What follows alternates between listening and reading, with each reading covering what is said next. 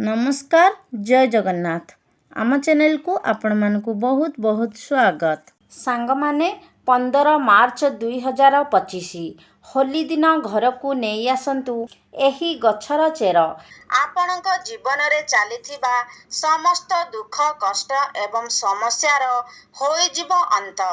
एहा सहित आपणकर समस्त मनस्कामना मध्य पूर्ण होइजिब। आपणक जीवन रे कौनसी भी समस्या चली थाउ ताहा धनजनित समस्या हेउ किंबा चाकरी की नहीं हेउ किंबा व्यापार वाणिज्य को नहीं हेउ एही समस्त समस्या को दूर करिदेब। एही गछर चेर अनेक प्रकारर रोग व्याधिरु मध्य एहा आपणकु रक्षा करिथाए। सेथिपाई आपण माने भिडियोटी को स्किप न करी शेष पर्यंत निश्चय देखंतु। तेबे सांग माने भिडियोटी को देखिबा पूर्वरु चैनल को सब्सक्राइब करी भिडियो को गोटे लाइक निहाती करी दियंतु एवं कमेंट बॉक्स रे भक्ति और श्रद्धार सहित जय मां लक्ष्मी निश्चय लिखंतु। तेबे सांग माने एही गछटी सहित आपण माने समस्ते भल भाबरे परिचित हेबे एवं एही गछटी को साधारण गछ भाबी एहाकू आपण अणदेखा मध्य करि देइथिबे। एमिति कि जदि आपणकर घर पाखरे एही गछ उठिथिबो तेबे आपण एही गछ को अनाबना गछ भाबी उपाड़ी की फोपाड़ी मध्य देइथिबे। तेबे सांग माने आपण माने जानी रखिबा उचित जे एहा कोनोसी अनाबना गछ नुहे। एहा एक एपरी चमत्कारी गछ जेउथिरे भगवान शिव शंकर भगवान शनिदेव एवं मां लक्ष्मींकर वास होइथाए। एमिति कि एही गछर मूलरे मां गंगांकर मध्य वास होइथाए। तेबे आपण जदि एही गछर तांत्रिक एवं आयुर्वेदिक गुण विषय जानिबे तेबे आपणक पाई मध्य एही गछटी अत्यंत मूल्यवान होइजिब एवं एही गछटी को आपण मध्य निजर दिनचर्चा रे व्यवहार करबाकू लागिबे। जदि आपण निज जीवन रे दुख दरिद्रता कष्ट एवं अनेक गुड़िए समस्या पाई चिंतित अछंती तेबे एही गछर व्यवहार करी आपण ए समस्त समस्या रु मुक्ति पाई परिबे।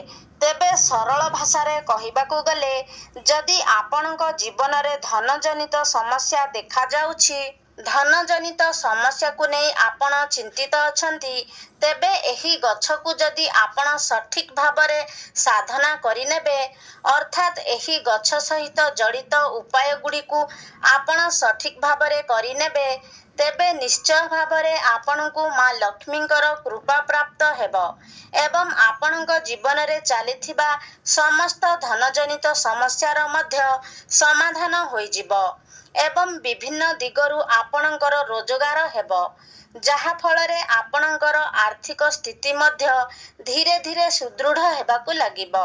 एमिति कि जदि आपण शत्रुंक द्वारा पीड़ित हेउछंती शत्रुजनित समस्यार सम्मुखीन हेउछंती तेबे सठिक भाबरे एही गछर साधना करिनेबा द्वारा भगवान शनिदेवंक कृपारु आपणकू शत्रु पीड़ारु मध्य मुक्ति मिलिबो।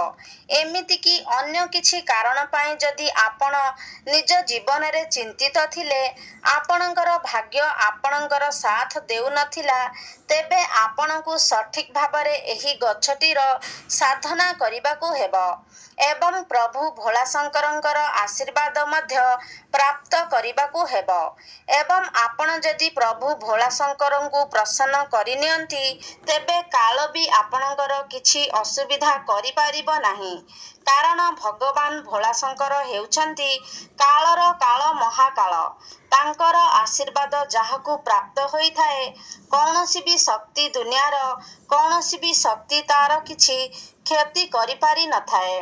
तेबे सांग माने एही गछर केउ भाग आपणकू केउ परिमाण रे व्यवहार करिबाकू हेबो से विषय रे जानिबा मध्य अधिक गुरुत्वपूर्ण अटे एवं जो विषय रे आज मु एही वीडियो रे कहिबाकू जाउछि तेबे सांग माने एही गछटीर दुईटी गुण रहिछि आयुर्वेदिक गुण एवं तांत्रिक गुण।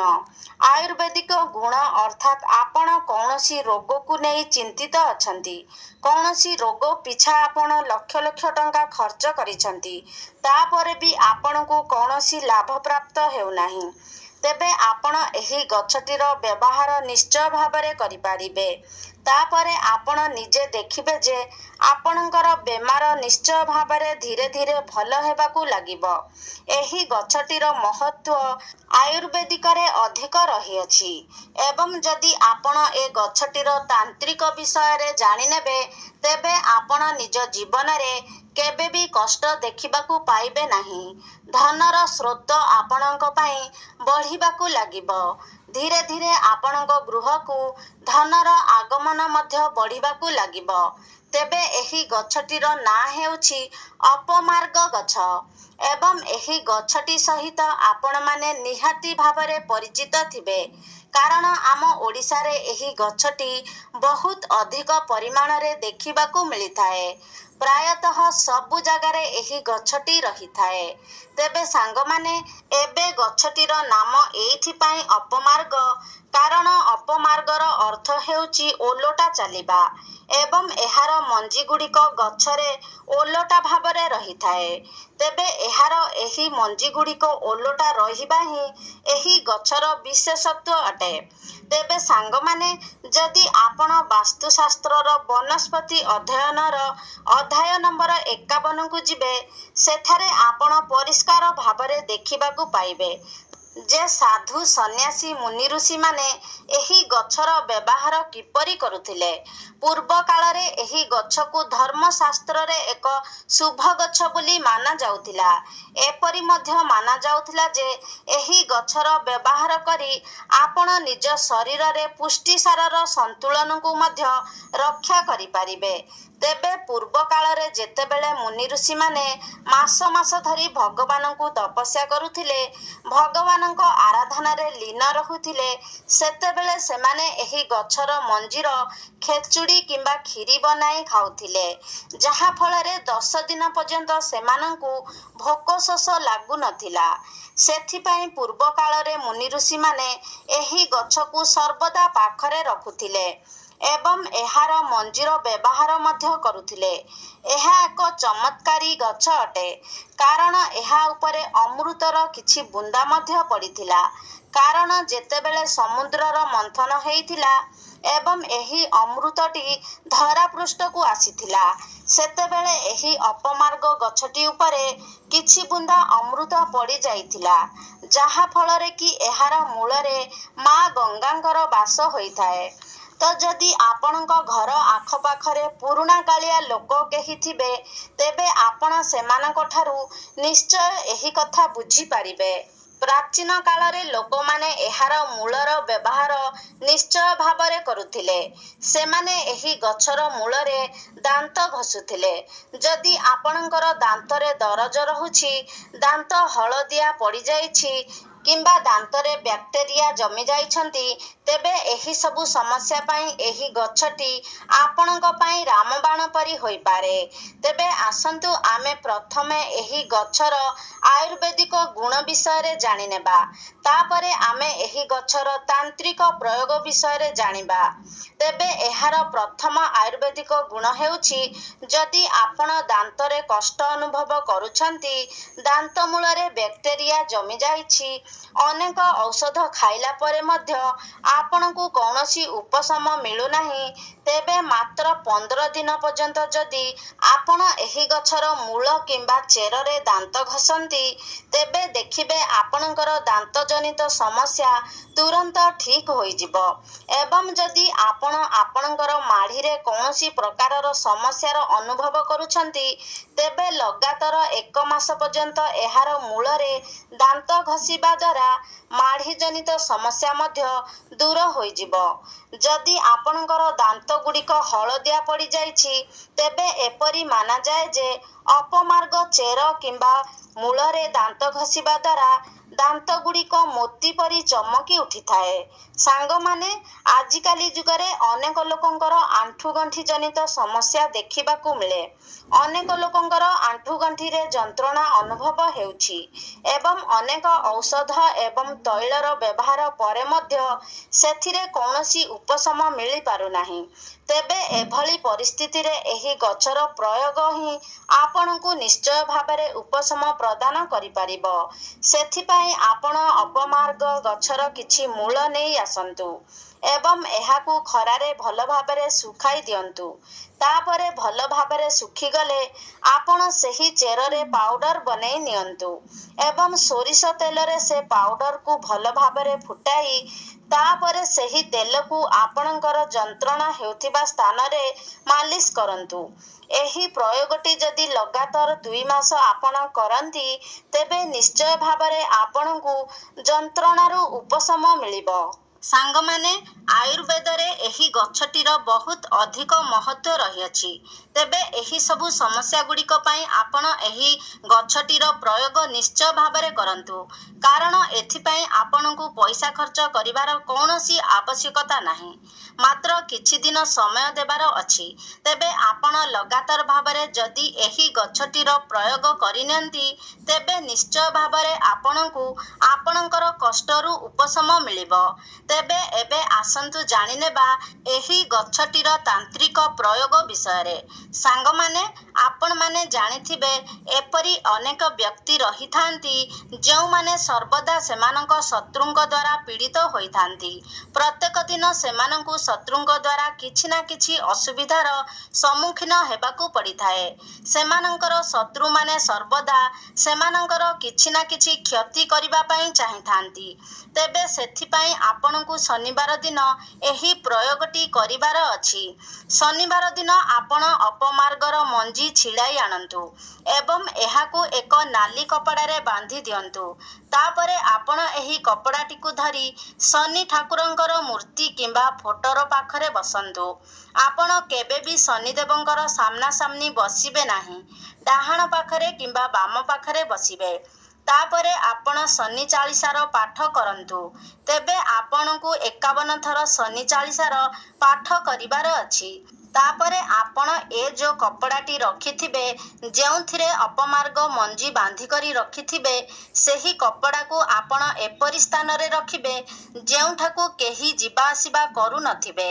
ତାପରେ ଆପଣ ନିଜେ ଲକ୍ଷ୍ୟ କରିପାରିବେ ଯେ ଆପଣଙ୍କର ଶତ୍ରୁ ଯେତେ ବି ଶକ୍ତିଶାଳୀ ହୋଇଥାଉ, ଏହି ଉପାୟଟି କରିବା ଦ୍ୱାରା ସେ ତାର ସବୁ ଚେଷ୍ଟାରେ ବିଫଳ ହେବ। ଆପଣଙ୍କର ଶତ୍ରୁମାନେ ଆପଣଙ୍କର କ୍ଷତି କରିବାରେ କଦାପି ବି ସମର୍ଥ ହୋଇପାରିବେ ନାହିଁ ଏବଂ ଯଦି ଅକାରଣରେ ଆପଣଙ୍କର କେହି କ୍ଷତି କରିବା ପାଇଁ ଚାହୁଁଥିବ ତେବେ ଓଲଟା ତାର ହିଁ କ୍ଷତି ହେବ। ଦ୍ୱିତୀୟରେ, ଯଦି ଆପଣ ଚାହୁଁଛନ୍ତି ଆପଣଙ୍କର ବ୍ୟାପାର ବା ବ୍ୟବସାୟରେ ଉନ୍ନତି ହେଉ, ଆପଣଙ୍କୁ ଲାଭପ୍ରାପ୍ତ ହେଉ, ତେବେ ଶୁକ୍ରବାର ଦିନ ଆପଣଙ୍କୁ ଏହି ଉପାୟଟି କରିବାର ଅଛି। ଶୁକ୍ରବାର ଦିନ ଆପଣ ଏହାର ମଞ୍ଜିକୁ ଛିଡ଼ାଇ ଆଣନ୍ତୁ ଏବଂ ଲାଲ କପଡ଼ାରେ ବାନ୍ଧି ତା ଉପରେ କିଛି ସିନ୍ଦୁର ରଖିଦିଅନ୍ତୁ। ତାପରେ ଆପଣ ଏହାକୁ ନିଜର ବ୍ୟାପାର ବାଣିଜ୍ୟ ସ୍ଥଳରେ ରଖିଦିଅନ୍ତୁ। ଯେଉଁଠାରେ ଆପଣ ପଇସା ରଖୁଛନ୍ତି, ସେହି ଡ୍ରରେ ଆପଣ ସେହି କପଡ଼ାଟିକୁ ରଖିଦିଅନ୍ତୁ। ଦେଖିବେ ଆପଣଙ୍କର ବେପାର ବାଣିଜ୍ୟରେ ଲାଭ ହେବାକୁ ଲାଗିବ ଏବଂ ଧନର ବୃଦ୍ଧି ହେବାକୁ ଲାଗିବ। ତୃତୀୟରେ, ଯଦି ଆପଣଙ୍କୁ ଲାଗୁଛି ଯେ ଆପଣଙ୍କ ପଛରେ ଭୂତ ପ୍ରେତର କିଛି ପ୍ରଭାବ ରହିଛି, ଆପଣଙ୍କୁ ଭୂତ ପ୍ରେତ ଜନିତ ସମସ୍ୟାର ସମ୍ମୁଖୀନ ହେବାକୁ ପଡ଼ୁଛି କିମ୍ବା ଆପଣଙ୍କ ଉପରେ ତନ୍ତ୍ରମନ୍ତ୍ରର ପ୍ରୟୋଗ କରାଯାଇଛି, କୌଣସି କଳା ଯାଦୁର ପ୍ରଭାବ ରହିଛି, ତେବେ ଆପଣ ନିଶ୍ଚୟ ଭାବରେ ଏହି ଉପାୟଟିର ପାଳନ କରନ୍ତୁ। ଏହି ଉପାୟଟି କରିବା ପରେ ଆପଣଙ୍କ ଉପରେ କୌଣସି ବି ନକାରାତ୍ମକ ଶକ୍ତିର ପ୍ରଭାବ ପଡ଼ିବ ନାହିଁ। ତେବେ ସୋମବାର ଆପଣ ଗୋଟିଏ ଅପମାର୍ଗ ଗଛ ଉପାଡ଼ି ଆଣନ୍ତୁ ଏବଂ ଏହାର ମୂଳଟିକୁ ଭଲ ଭାବରେ ଧୋଇ ନେଇ ଏହାକୁ ନେଇ ଆପଣ ପ୍ରଭୁ ଶିବଶଙ୍କରଙ୍କର ମୂର୍ତ୍ତି କିମ୍ବା ଫଟୋ ସାମ୍ନାରେ ବସି 1001 ଥର ଓମ୍ ନମଃ ଶିବାୟ ମନ୍ତ୍ରର ଜପ କରନ୍ତୁ। ତାପରେ ଗୋଟିଏ ରୂପାର ତାବିଜରେ ଏହାର ଚେରକୁ ପୂରାଇ ଆପଣ ନିଜ ଗଳାରେ ଏହି ତାବିଜକୁ ଧାରଣ କରନ୍ତୁ। ଆପଣ ନିଜେ ଦେଖିବେ ଯେ ଯେତେ ବି ନକାରାତ୍ମକ ଶକ୍ତି ହେଉ, ଯେତେ ବଡ଼ ବି କଳା ଯାଦୁର ପ୍ରୟୋଗ ହେଇଥାଉ, ଆପଣଙ୍କ ଉପରେ ଏହାର ପ୍ରଭାବ କିଛି ବି ପଡ଼ିବ ନାହିଁ। ଚତୁର୍ଥ ଉପାୟଟି, ଯଦି ଆପଣ ସମାଜରେ ନିଜର ମାନ ସମ୍ମାନ ପଦ ପ୍ରତିଷ୍ଠା ବୃଦ୍ଧି କରିବା କରିବା ପାଇଁ ଚାହୁଁଛନ୍ତି ତେବେ ଏହି ଉପାୟଟି ନିଶ୍ଚୟ ଭାବରେ ଆପଣଙ୍କ ପାଇଁ ଫଳପ୍ରଦ ହେବ। ତେବେ ଆପଣମାନେ ନିଶ୍ଚିନ୍ତ ଭାବରେ ଜାଣିଛନ୍ତି ଯେ ମଙ୍ଗଳବାରଟି ପ୍ରଭୁ ହନୁମାନଙ୍କୁ ସମର୍ପିତ ଅଟେ।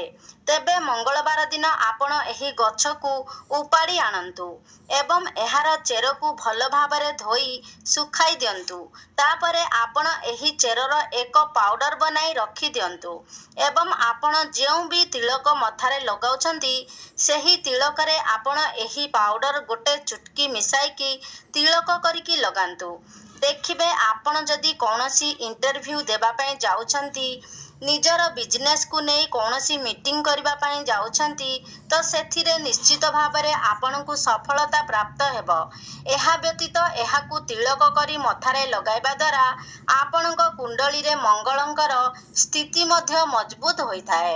ତେବେ ସାଙ୍ଗମାନେ ଉପାୟ ଗୁଡ଼ିକ ଅତ୍ୟନ୍ତ ସହଜ ଅଟେ। ଆପଣ ଯଦି ନିଜର କିଛି ସମୟ ବାହାର କରି ବିଶ୍ୱାସର ସହିତ ଏହି ଉପାୟ ଗୁଡ଼ିକର ପାଳନ କରନ୍ତି ତେବେ ଦେଖିବେ ନିଶ୍ଚୟ ଭାବରେ ଆପଣଙ୍କୁ ଏହାର ଲାଭ ପ୍ରାପ୍ତ ହେବ। ତେବେ ସାଙ୍ଗମାନେ ଆଶା କରୁଛି ଆଜିର ଭିଡ଼ିଓଟି ଆପଣମାନଙ୍କୁ ନିଶ୍ଚିତ ଭାବରେ ଭଲ ଲାଗିଥିବ। ଯଦି ଭଲ ଲାଗିଛି ତାହେଲେ ଲାଇକ୍ କରନ୍ତୁ, ସେୟାର କରନ୍ତୁ। ଆମ ଚ୍ୟାନେଲକୁ ଯଦି ସବସ୍କ୍ରାଇବ୍ କରିନାହାନ୍ତି ତାହେଲେ ସବସ୍କ୍ରାଇବ୍ କରିଦିଅନ୍ତୁ। ସର୍ବେ ଭବନ୍ତୁ ସୁଖିନଃ। ଧନ୍ୟବାଦ।